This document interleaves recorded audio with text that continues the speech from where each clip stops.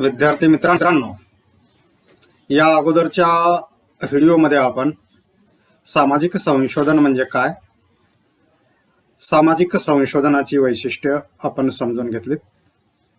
या व्हिडिओमध्ये आपण सामाजिक संशोधनाच्या पायऱ्या या संदर्भामध्ये माहिती बघणार आहोत.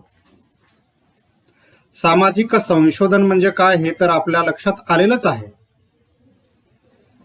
परंतु सामाजिक संशोधन ही एक प्रक्रिया आहे आणि ती प्रक्रिया पूर्ण करण्यासाठी स्टेप बाय स्टेप आपला निष्कर्षापर्यंत पोहोचावं लागतं. म्हणून सामाजिक संशोधनाच्या पायऱ्या ह्या संदर्भात आपण आज माहिती बघणार आहोत. संशोधन अथवा शास्त्रीय अभ्यास ही दीर्घकाळ चालणारी प्रक्रिया आहे.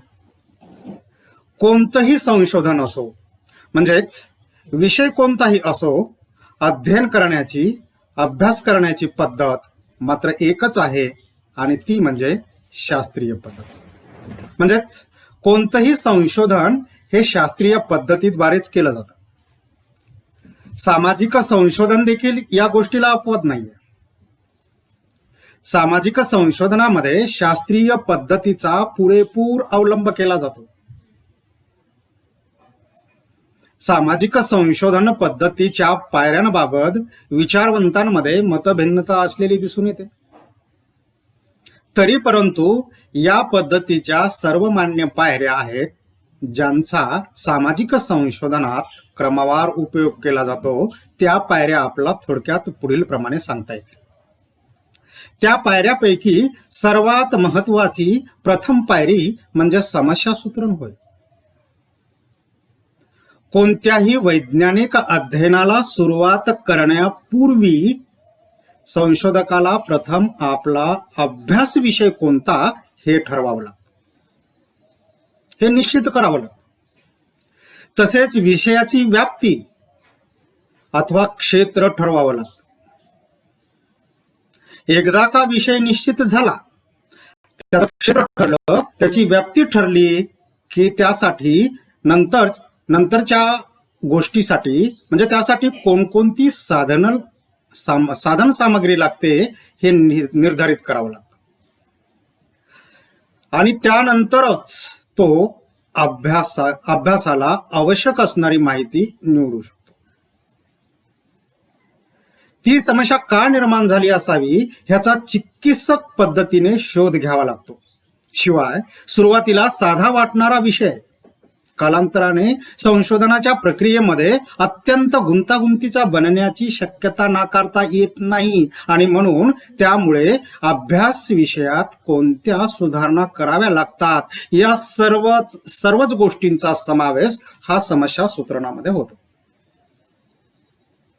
त्यानंतर दुसरी एक अत्यंत महत्वाची पायरी, समस्या सूत्रण म्हणजे विषयाची निवड केल्याच्या नंतरची दुसरी एक अत्यंत महत्वाची पायरी म्हणजे कार्यवाहक गृहीत कृत्याची निर्मिती होय. गृहीत कृत्याची निर्मिती करणं ही सामाजिक संशोधनाची दुसरी अत्यंत महत्वाची पायरी आहे. संशोधनाची दिशा निर्धारित करण्यासाठी संशोधन समस्येचे एक संभाव्य उत्तर शोधले जाते. त्या संभाव्य उत्तराला लक्षात घेऊन त्या आधारावर संशोधन कार्य केलं जातं. त्यास कार्यवाहक गृहीत कृत्य असं म्हटलं जातं. गृहीत कृत्यामुळे संशोधनाची दिशा निर्धारित होते. गृहीत कृत्य हे संशोधन समस्येचे संभाव्य उत्तर किंवा स्पष्टीकरण असतं. संशोधन विषयाच्या संभाव्य उत्तर किंवा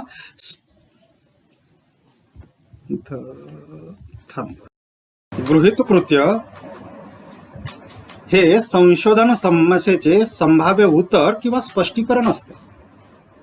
संशोधन विषयाच्या पूर्वज्ञानाच्या आधारे गृहीत कृत्याची निर्मिती केली जाते. त्यामुळे संशोधकाचे लक्ष आपल्या अध्ययन विषयावर केंद्रित होण्यात मदत होते. गृहीत कृत्य हे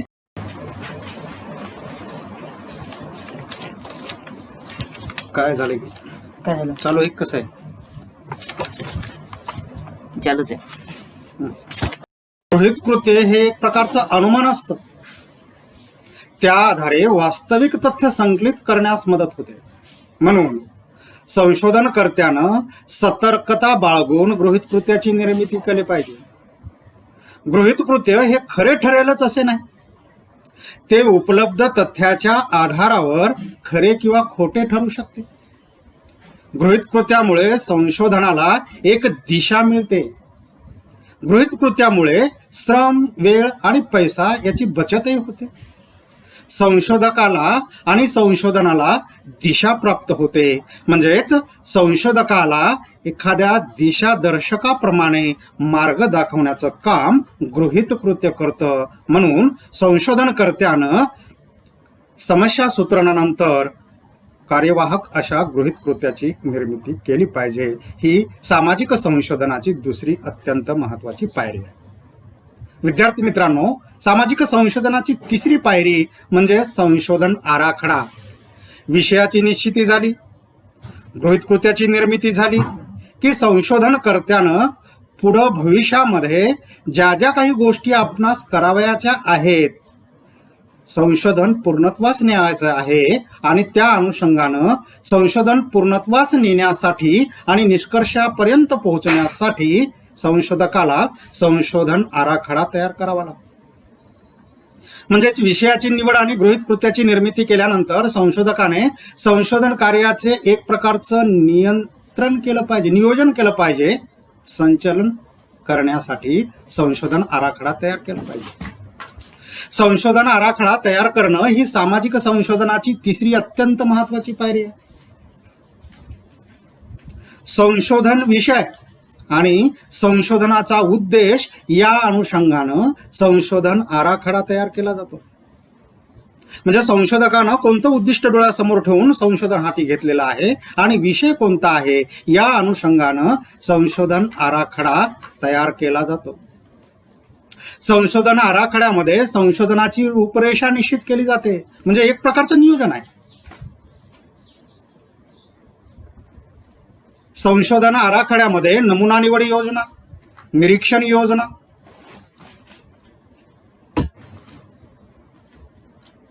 संख्याशास्त्रीय योजना याबाबतची रूपरेषा ठरवली जाते. तथ्य संकलनाच्या कार्यात कोणत्या अडचणी येतील आणि त्याचे निवारण कसे करता येईल याचा विचार करून संशोधन आराखडा निश्चित केला जातो. आराखड्यामुळे संशोधन कार्य सुरळीत करणं शक्य होतं. त्याचप्रमाणे संशोधन अचूक होण्यास मदत होते. वेळ, श्रम, पैसा याची बचत होते आणि संशोधनाच्या उद्दिष्टानुसार संशोधन आराखडा तयार करणं अत्यंत गरजेचं आहे.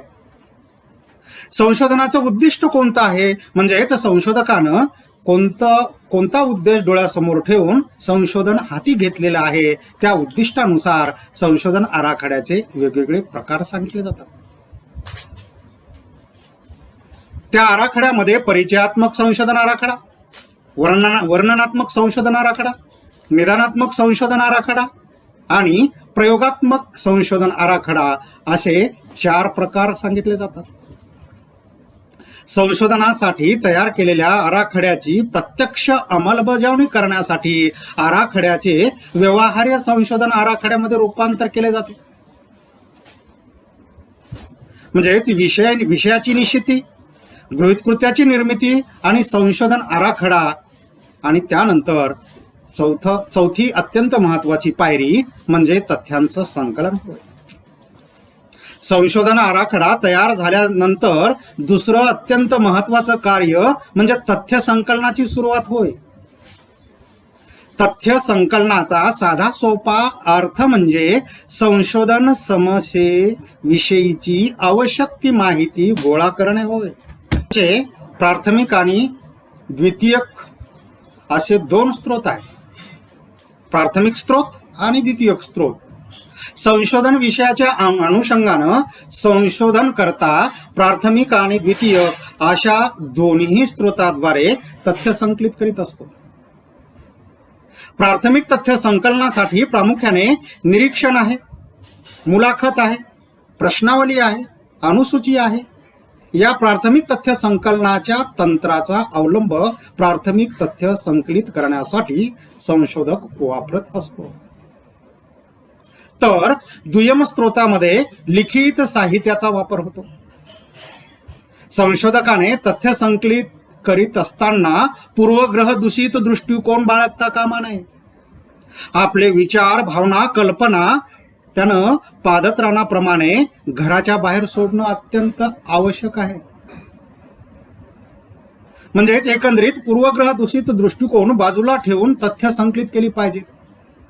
म्हणजेच संशोधनकर्त्याने वैज्ञानिक तंत्राचा पुरेपूर अवलंब केला पाहिजे. त्यामुळे तथ्य संकलनामध्ये त्रुटी राहणार नाहीत आणि योग्य पद्धतीने तथ्य संकलित होतील. आणि योग्य पद्धतीने एकदा का तथ्य संकलित झाली तर निष्कर्ष देखील योग्य निघेल. म्हणून संशोधनकर्त्यानं तथ्य संकलित करीत असताना आपले विचार, विकार बाजूला ठेवून तथ्य संकलन करणं अत्यंत गरजेचं आहे. विद्यार्थी मित्रांनो, पाचवी महत्वाची पायरी म्हणजे तथ्यांचं वर्गीकरण. तथ्य संकलित केल्याच्या नंतरची ही अत्यंत महत्वाची पायरी आहे. प्राप्त केलेल्या तथ्यांना व्यवस्थित करणं म्हणजे तथ्यांचं वर्गीकरण होय. संकलित केलेली तथ्य किंवा माहिती ही सुरुवातीला अस्ताव्यस्त पसरलेली असते. म्हणून तथ्यांना व्यवस्थित करणं आवश्यक असतं. त्या तथ्यांना व्यवस्थित करण्यासाठी तथ्यातील साम्य आणि भेद या आधारावर तथ्यांचे वेगवेगळ्या वर्गामध्ये विभाजन केलं जातं. जोपर्यंत संशोधक तथ्यांचं वर्गीकरण करत नाही, साम्य आणि भेद या आधारावर जोपर्यंत संशोधक तथ्यांचं वर्गीकरण करत नाही तोपर्यंत त्याच्यातून कोणताही अर्थ प्रतिध्वनित होत नाही. म्हणून संशोधनकर्त्यानं तथ्य संकलित केल्याच्या नंतर तथ्यांचं साम्य आणि भेद या आधारावर वर्गीकरण करणं अत्यंत गरजेचं आहे. म्हणून D.N.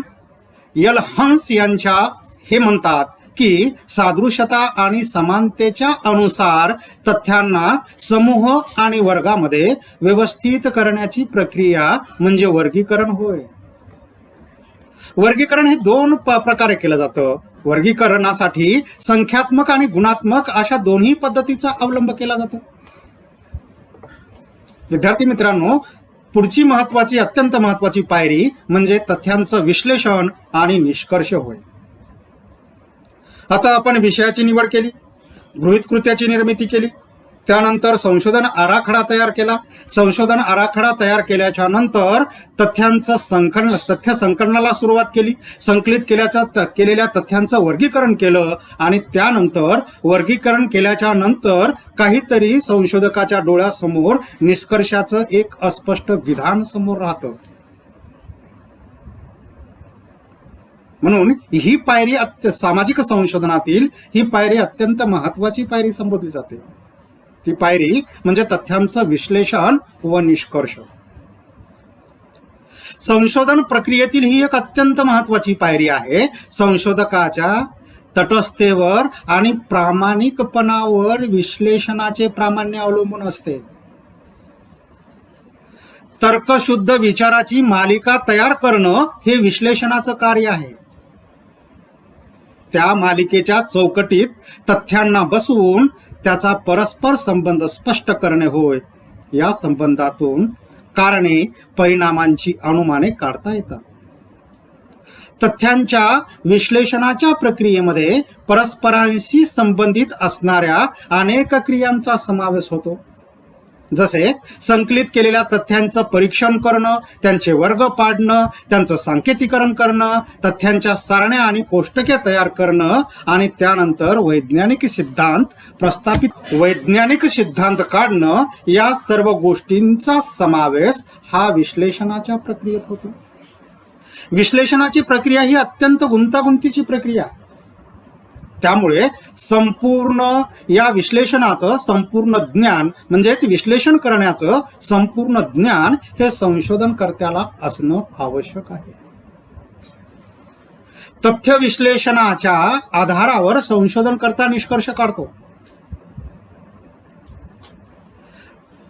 म्हणजेच संशोधनाच्या सुरुवातीला गृहीत कृत्याची मांडणी केली जाते, तर त्या गृहीत कृत्याची पडताळणी केली जाते. ते जर संशोधनकर्त्याच्या निष्कर्षाच्या कसोटीवर उतरले असेल तर ते गृहीत कृत्य स्वीकृत किंवा प्रामाणिक ठरतात. अशा गृहीत कृत्यांना सिद्धांताचं रूप प्राप्त होतं. विद्यार्थी मित्रांनो, पुढची सामाजिक संशोधनाची अत्यंत महत्वाची पायरी म्हणजे सामान्यीकरण होय. सामान्यीकरण ही सामाजिक संशोधनाची अत्यंत महत्वाची पायरी आहे. संभाव्य निष्कर्षाचा पडताळा पाहिल्यानंतर विशिष्ट परिस्थितीत समान म्हणजे तेच ते परिणाम घडून येत असतील तर निष्कर्षाबाबत जे विधान केले जाते त्याला सामान्यीकरण असे म्हणतात. कार्यकारण संबंधाच्या आधारावर पडताळा घेऊन सामान्यीकरण केले जाते. सामान्यीकरणामध्ये तार्किक पद्धती, सांख्यिकीय पद्धती, आगमन पद्धती, निगमन पद्धतीचा उपयोग केला जातो. अशा प्रकारे संशोधनकर्ता अध्ययन केल्यानंतर काही नियम मांडतो. आवश्यकता पडल्यास सिद्धांताच्या सार्वभौमिक सत्यतेची तपासणी करण्यासाठी या पद्धतीद्वारे पुनर्परीक्षण देखील करतो. त्यानंतर अत्यंत महत्वाची पुढची पायरी म्हणजे अहवाल लेखन. सामाजिक संशोधनाची ही शेवटची अत्यंत महत्वाची पायरी आहे.